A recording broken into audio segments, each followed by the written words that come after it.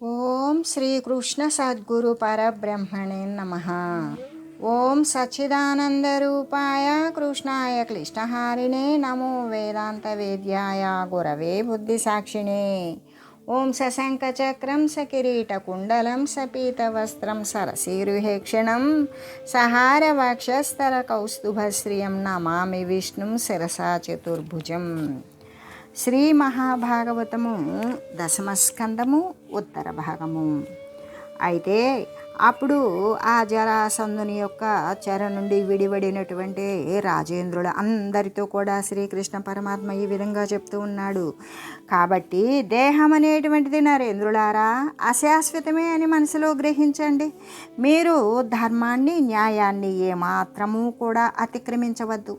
మీ పాలనలో ప్రజల సుఖ సంపదలతో వృద్ధి పొందేలాగా తప్పకుండా రక్షించండి. గొప్ప గొప్ప యజ్ఞాలను గౌరవంతో నా పరంగా చేయండి. నా పాద పద్మాలను సేవించండి. పాపరహితులై చక్కగా నడుచుకోండి. అలా చేస్తే మీకు బ్రహ్మ సాయుధ్యం లభిస్తుంది. నా పాదాల మీద అచంచలమైన భక్తి కలుగుతుంది అని ఆనతిచ్చాడు. ఆ తర్వాత శ్రీకృష్ణుడు ఆ రాజేంద్రులందరికీ కూడా మంగళ స్నానాలు చేయించాడు. రకరకాల మణిభూషణాలు, మెత్తని వస్త్రాలు, పూలమాలలు, మైపోతలు అన్నీ ఇచ్చి భోజన తాంబూలాలతో వారిని సంతుష్టులను చేశాడు. ఎత్తైన గుర్రాల మీద, రథాల మీద, ఏనుగుల మీద కూర్చుండబెట్టి వారిని ఆయా రాజ్యాలకు గౌరవంగా పంపించాడు. నరవరులి చందంబునముర సంహరు చేత బంధమోక్షణులై సుస్థిర హర్షంబులతో నిజపురంబుల కుంజనిరి శుభ విభూతి తలిర్పన్. రాజులందరూ కృష్ణుని చేత ఈ రీతిగా బంధ విముక్తులై తరిగిపోని ఆనందంతో శుభవైభవాలనే పొందుతూ తమ తమ నగరాలకు వెళ్ళారు. హరిమంగళ గుణ కీర్తన నిరతముగా వించుచును వినిర్మళమతులై గురుబంధుపుత్ర జాయ పరిజన మలరంగ కృష్ణు పద్మదళాక్షున్. వారు శ్రీహరి యొక్క శుభకరమైన గుణాలను ఎల్లప్పుడూ గానం చేస్తూ నిర్మలమైన చిత్తాలతో గురువులు, బంధువులు, కొడుకులు, భార్యలు, సేవకులు ఆనందించేలాగానే పద్మదళాక్షుడైన కృష్ణుని అనేక రీతులుగా పొగుడుతూ తమ తమ దేశాలకు వెళ్ళి నలినదలలోచనుడు దముదెలిపిన సద్ధర్మ పద్ధతిని దగవరులై పరిపాలింపుచు సుఖముల నుండిరి మహిత జన విభుత్వములరన్. శ్రీకృష్ణుడు తమకు బోధించిన మంచి ధర్మ పద్ధతులను పాటించారు. అలా పాటిస్తూ న్యాయం తప్పకుండా తమ యొక్క రాచరికాన్ని ఘనంగా సాగుతూ ఉండగా భూమిని పాలిస్తూ సుఖంగా ఉన్నారు. ఈ రీతిగా కృష్ణుడు జరాసంధుని చంపించి రాజులందరినీ విడిపించాడు. భీముడు, అర్జునుడు తాను కలిసి జరాసంధుని కొడుకైన సహదేవుడు చేసే వివిధ రకాల పూజలను స్వీకరించారు. అతనిని ఇక ఉండమని చెప్పి అక్కడ నుండి బయలుదేరి కొద్ది రోజులు ప్రయాణం చేశారు. అలా ప్రయాణించి ఇంద్రప్రస్థపురానికి వచ్చారు. ఆ నగర ద్వారం వద్దకు రాగానే విజయశంఖాలు పూరించారు. ప్రతిపక్షాలకు భయాన్ని, బంధువులకు ఆనందాన్ని కలిగించే ఆ మహానాదాన్ని విని పురజనులందరూ కూడా జరాసంధుని మరణం జరిగింది అని నిశ్చయించుకుని సంతోషించారు. కృష్ణుడు, భీముడు, అర్జునుడులతో కలిసి పురంలో ప్రవేశించి ధర్మరాజుకు నమస్కరించాడు. తాము ఎలా వెళ్ళారో, అక్కడ జరాసంధుని ఎలా వధించారో వివరంగా అంతా చెప్పాడు. ధర్మరాజుకు ఆనందాశ్చర్యాలతో కన్నీరు కారింది. ఆ మాధవుని మహిమకు, తమ యందు అతనికి ఉన్న భక్తి, స్నేహము, దయ మొదలైన గుణాలకు సంతోషించి కృష్ణును చూచి ఇలా అన్నాడు. కమలాక్ష సర్వలోకములకు గురుడవైతే జరిల్లెడు భవధీయమూర్తి యంశాంశ సంభవులగు లోకపాలురుని యాజ్ఞదలమోచి నిఖిల భువన పరిపాల నిపుణులై భాసిల్లుచున్నవారట్టి నీకొకన్రుపునాజ్ఞసేయూటరే అని మాయగా కది నిక్కమే ఏకమై అద్వితీయమై అవ్యయంబు నైన నీ తేజమునకొక హాని గలదే చిన్మయాకార నీ పాద సేవకులకు నాత్మ పరభేద బుద్ధి ఎందైన గలదే పుండరీకాక్ష గోవింద భువన రక్ష. ఓ పద్మాక్ష, లోకాలు అన్నింటికీ గురువు నీ మూర్తి. నీ మూర్తి యొక్క అంశాంశాలతో లోకపాలురు పుట్టారు. వారు నీ ఆజ్ఞను శిరసావహించి నిఖిల లోకాలను పరిపాలించే దక్షులయ్యారు. అటువంటి నీవు ఒక రాజు యొక్క ఆజ్ఞను నెరవేర్చడం చూస్తే అది నీ మాయయే తప్ప నిజం కాదు. ఏకమై రెండవది లేనిది అయి అవ్యయమైన నీ తేజస్సు శాశ్వతమైనది చిన్మయాకార. ఓ పుండరీకాక్ష గోవింద భువన రక్షక, నీ పాద సేవకులకు ఎక్కడ తన పర భేదబుద్ధి ఉండనే ఉండదు కదా.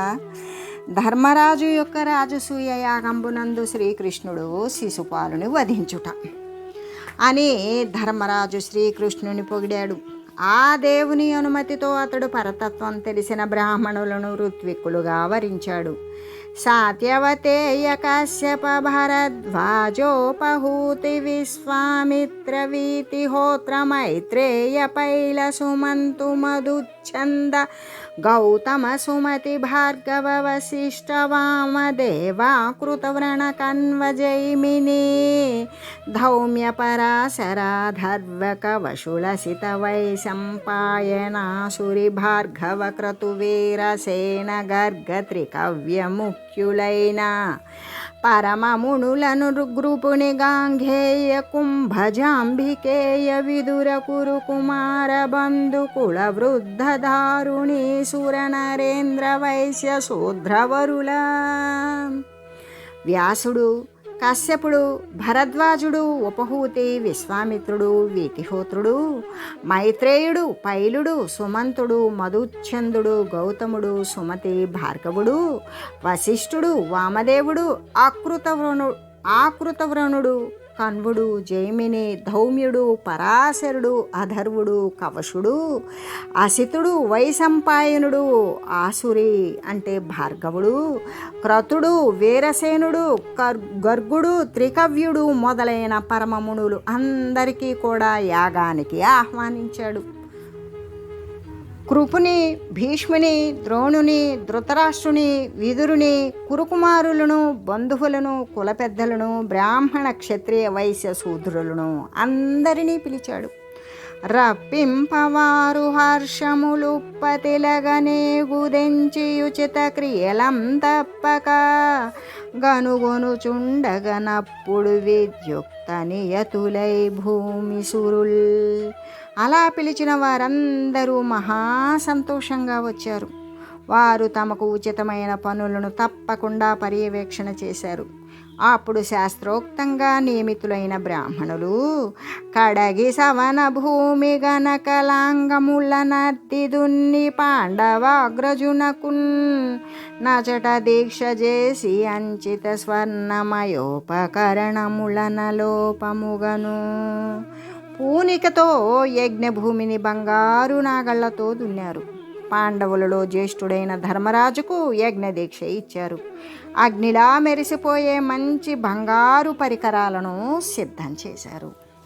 ఇలా నియమాన్ని పాటిస్తూ సముచితంగా ఆయా క్రియాకలాపాలన్నీ కూడా నడుపుతూ ఉన్నారు. అప్పుడు సకలావనీసులిచ్చిన యకలంక సువర్ణరత్నహయ ధన వస్త్ర ప్రకరంభులు మొదలగుగా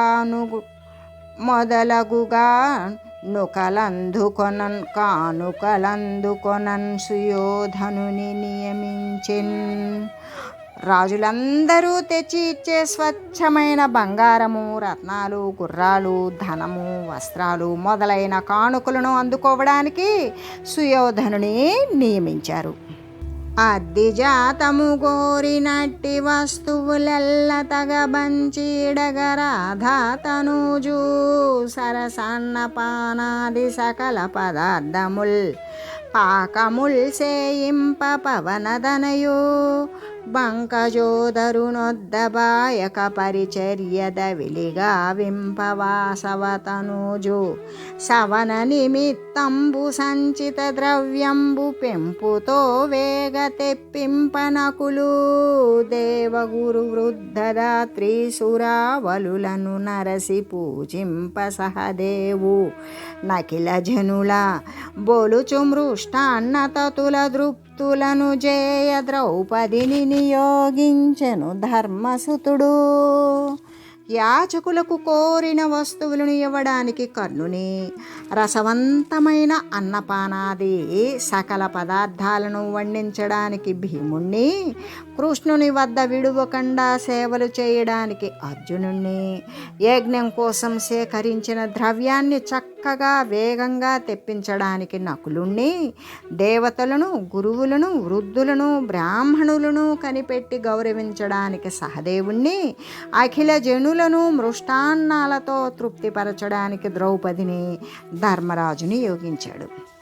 ఆ సమయంలో హరిసికి దండపాణిని కషాత్మజ పాళి సమీర గుహ్యకేశ్వర శశిమౌళి పంకరుహ సంభవ చారణ సిద్ధ సాధ్య కిన్నర గరుడోరగా మరగణంబులు వచ్చి మఖంబు జూచి అచ్చరువు వడిదొల్లి ఎవ్వరును జేయు మఖంబులు నింతయుప్పునే.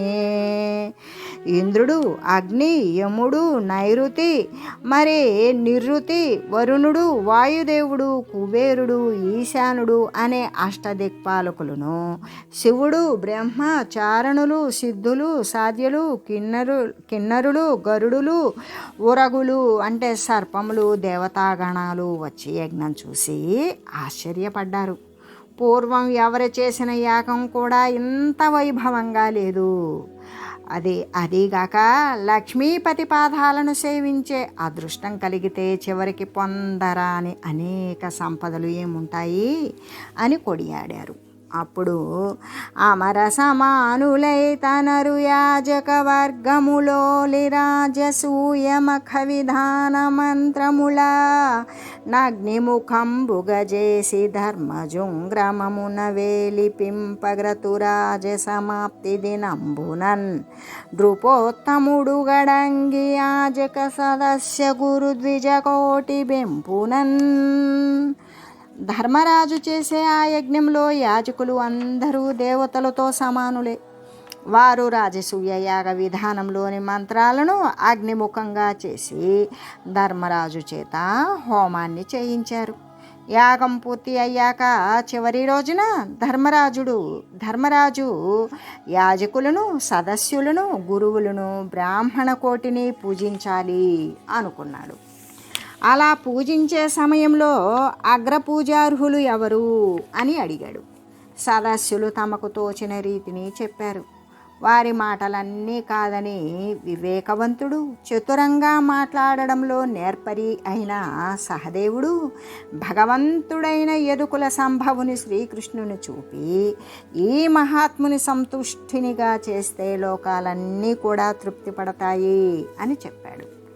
ఆపై ధర్మరాజును చూసి ఇలా అన్నాడు: కాలము దేశమున్ గ్రతువు గన్మము గత్తయు భోక్తయున్ జగజ్జాలము దైవమున్ గురువు సాంఖ్యము మంత్రము నగ్నియాహుతుల్ వేళలు విప్రుళం జనన వృద్ధిలయంబుల హేతుభూతముల్ లీలలు దానయ్యదగ వెలింగెడు నెక్కటి తేజమీసుడున్. కాలము, దేశము, యజ్ఞము, కర్మ, కర్త, భోక్త, లోకాలు, దైవము, గురువు, సాంఖ్యము, మంత్రము, అగ్ని, ఆహుతులు, వేళలు, బ్రాహ్మణులు, పుట్టుకకు, పోషణకు, నశించడానికి కారణభూతాలు, లీలలు అన్నీ తానై వెలిగే ఏకైక తేజస్సు ప్రభువు ఇతడే. ఇతడే ఇతండు గన్నులొక ఇంచుకమోచిన నీచరాచర స్థిత భువనంబులన్నీయు నశించుని తండవి విచ్చి చూచినన్విత తములై జనించు బ్రభ విష్ణుడు విష్ణుడునైనా ఎట్టి క్రతుఫలదుండుగా కొరుడొకండెటులార్హుడు శిష్ట పూజకున్. అన్నీ ఇతడు కన్నులను కొంచెం మూస్తే చాలు ఈ చరాచర జగత్తులు అన్నీ నశించిపోతాయి. ఇతడు ఆ కన్నులనే విచ్చి చూస్తే ఈ లోకాలన్నీ విస్తారంగా పుట్టుకొస్తాయి. ఇతడు ప్రభవిష్ణుడు, లోకాలను పుట్టించేవాడు. విష్ణుడు లోకాలలో వ్యాపించి ఉండేవాడు, యజ్ఞఫలాన్ని ఇచ్చేవాడు. అటువంటి ఇతడు కాక ఇతరుడెవడు శిష్ట పూజకు తగినవాడవుతాడు? ఈ పురుషోత్తమున్ జగదధీసునంతుని సర్వశక్తుజిద్రూపకునగ్ర పూజ పరితోషితు జయ సమస్త లోకముల్వే పరితుష్టి బొందు పృథ్వీవర. గావున నీవు కృష్ణునిన్ శ్రీపతి భూజసేయు మెడసేయక మాటలు వేయునేటికిన్. జగదీశ్వరుడు, అనంతుడు, సర్వశక్తుడు, చిద్రూపుడు అయిన ఈ పురుషోత్తముని అగ్రపూజతో సంతృప్తి పొందిస్తే సమస్త లోకాలు వెంటనే పరితుష్టినే పొందుతాయి. కాబట్టి రాజా, నీవు కృష్ణుని ఈ లక్ష్మీపతిని ఇంకేమీ ఆలస్యం చేయకుండా పూజించు. ఇక ఇన్ని మాటలెందుకు అని సహదేవుడు పలికిన యచ్చటి జనులు మనుజ విభులున్ ఋషులున్ మునుకొని మనమున మోదముదనుకగనిది లెస్సయనిరి ధర్మజుడంతన్ అని సహదేవుడు అన్నాడు. అది విని అక్కడ ఉన్న జనులు, రాజులు, ఋషులు ముందుగానే మనసులో చాలా సంతోషించారు. వారు ఇది బాగుంది అన్నారు. అంతట ధర్మరాజు ముని జనమానస మధుకర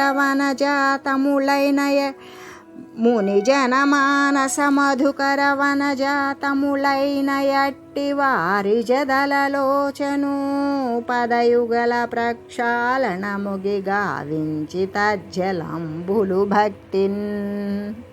మునిజనుల మనస్సులు అనే తుమ్మెదలకు పద్మాల వంటి పద్మాక్షుని పాదాలను చక్కగా కడిగి భక్తితో ఆ నీటిని తానును గుంతియుననుజులు మానుగ ద్రుపదాత్మజును మస్తకముల బెంపునినా నియతి ధరించి మహానందము బొందిరతిశయ ప్రీతిమేయిన్.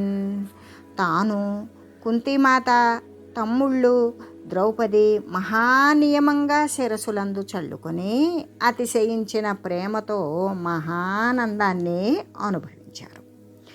చంచత్కాంచన రుచిరోదంచిత వస్త్రములను తనార్క ప్రభలన్ మించిన రత్నములంబూజించెన్ ధర్మజుడు కృష్ణు జిష్ణు సహిష్ణున్. జయశీలుడు, సహిష్ణువు అయిన కృష్ణుని ధర్మరాజు ప్రకాశించే బంగారంతోనూ అందమైన వస్త్రాలతోనూ బాలసూర్యుని కాంతి వంటి కాంతి కలిగిన రత్నాలతోనూ పూజించాడు. అలా పూజించాక కన్నులలో ఆనంద బాష్పజల బిందువులు మొలకెత్తడం వలన ఆ గోవిందుని అందమైన ఆకారాన్ని చూడలేకపోయాడు.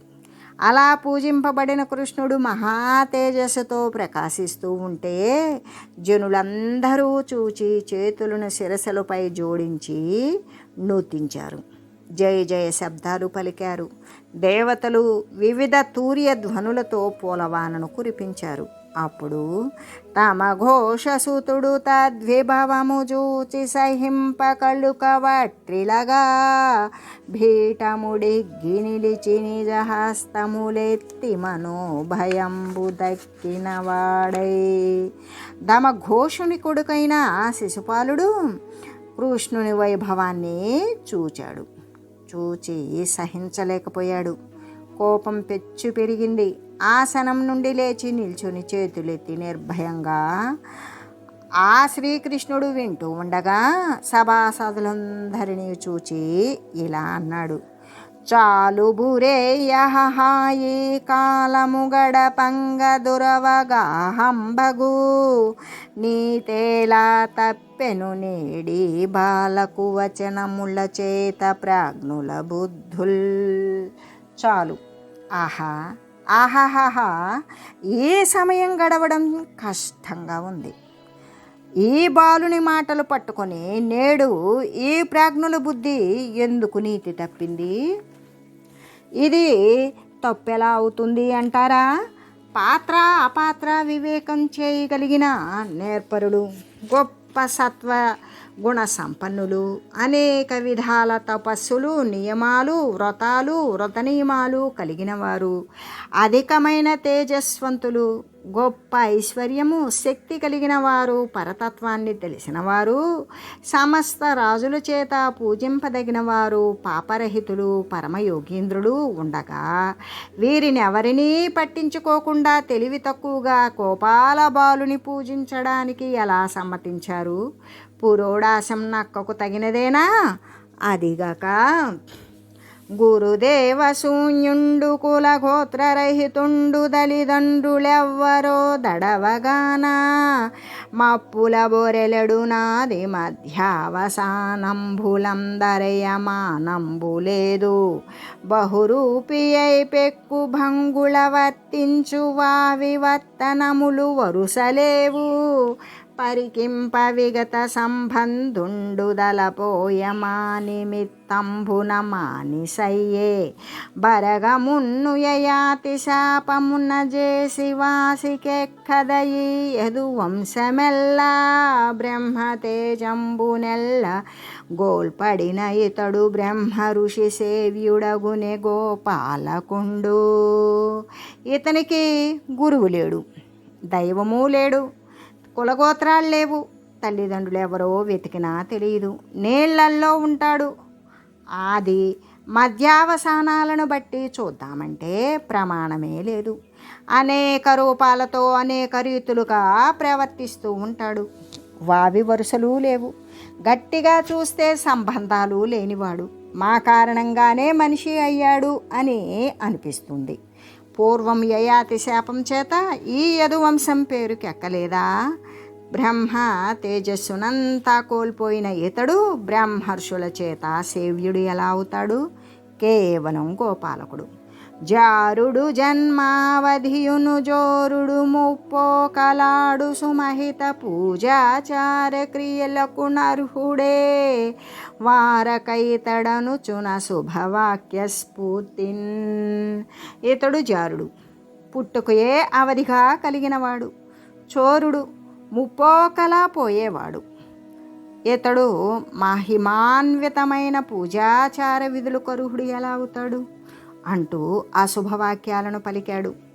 అని తను దూరనాడిన మురాంత కూడా శిశుపాలు వాక్యముల్ విని మది జీరి కింగొనడు విశ్రుత భైరవ రావమాత్మగై కొనని మృగేంద్రురీతి ముని కోటియురాజులు పద్మనాభునాడినయ వినీతి భాషలకు దెందమునన్ గడువంతనొందుచున్ అని తనను నిందించిన శ్రీకృష్ణుడు ఆ శిశుపాలుని మాటలను విని కూడా నక్కల కూతలను పట్టించుకొని సింహంలాగా మనసుకు ఎక్కించుకోలేదు.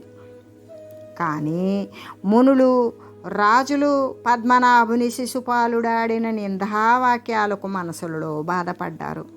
వీణులు మూసి కొంచు విన విస్మయమంచు ముకుంద మాధవ శ్రీనిధి వీనినే గతికి చేర్చెదో ఎంచు దూరాత్ముదిట్టుచున్ నానరనాథులన్ మునులు నచ్చట నిల్వకపోవ బాండు సంతానముల ప్రమేయ బలదత్ప మహోద్ధత రోషచిత్తులై వారు చెవులు మూసుకుంటూ వినడానికే చాలా ఆశ్చర్యంగా ఉంది అంటూ ముకుంద, మాధవ, శ్రీనిధి వీరిని ఏ గతికి చేరుస్తావో అంటూ ఆ దురాత్ముని తిడుతూ ఉన్నారు. ఆ రాజులు, మునులు అచ్చట నిలవలేకపోయారు. పాండుకుమారులకు మనసులలో బలదర్పాలతో మహోద్ధృతమైన రోషం కలిగింది. అప్పుడు కేకయరాజులు, సృంజయులు వివిధ రకాల ఆయుధాలను ధరించారు. వాడిని అదలించి నిలుచున్నారు. ఆ శిశుపాలుడు కూడా వెనకడుగు వేయక వారిని హెచ్చరిస్తూ డాలు కత్తి తీసుకొని భుజగర్వంతో విర్రవీగుతూ గోవిందుని, అతని పక్షం వహించిన వారిని కూడా కోపంతో నిందిస్తూ ఉన్నాడు. అప్పుడు శ్రీకృష్ణుడు ఆగ్రహంతో లేచాడు. తన కట్టెదుట ఎదిరించి నిలిచి ఉన్న శిశుపాలుని కోపంతో ఉన్న చూపులను చూశాడు. ఆ క్షణంలోనే అతని శిరస్సును వాడి అంచులతో భయంకరంగా ఉన్న చక్రంతో మొక్కవోని పరాక్రమంతో ఖండించి వేశాడు. అతని శరీరం నుండి రక్తం పైకి చిమ్మింది. ఆ మహాకలకలం విని చేది దేశాధిపతి అయిన శిశుపాలుని సైన్యాలు, అతని పక్షం వహించిన రాజులు ఎక్కడి వారక్కడ పారిపోయారు. ఆ సమయంలో మునివరులును జనపతులను గనుగొని వెరుగంద జైత్యుగాత్రమునందుండనుపమ తేజము వెలువడి వనజోదరు దేహమందువడి జొచ్చెనృప. రాజా, ముని సత్తములు రాజులు చూచి ఆశ్చర్యపడే రీతిగానే ఆ చేది దేశపు రాజు అయిన శిశుపాలుని యొక్క శరీరం నుండి సాటి లేని తేజస్సు ఒకటి వెలువడింది. అది శ్రీకృష్ణుని దేహంలో ప్రవేశించింది అని చెబుతూ ఉన్న సుఖయోగీంద్రుని చూచి పరీక్షిత్ మహారాజు ఇలా అడిగాడు. కమలాక్షుని నిందించిన దమఘోషతనూభవుండు దారుణమలకూపమును బొందకయే క్రియ సుమహితమతి కృష్ణునందు జొచ్చే మునీంద్ర. ఓ మునీంద్ర, పద్మాక్షుని నిందించిన దమఘోషుని కొడుకు శిశుపాలుడు దారుణమైన మలకోపంలో పడక మంచి గొప్ప బుద్ధితో కృష్ణుని యందు ఎలా ప్రవేశించాడు అని అడుగగా సుఖయోగి రాజర్షితో ఇలా చెప్పాడు.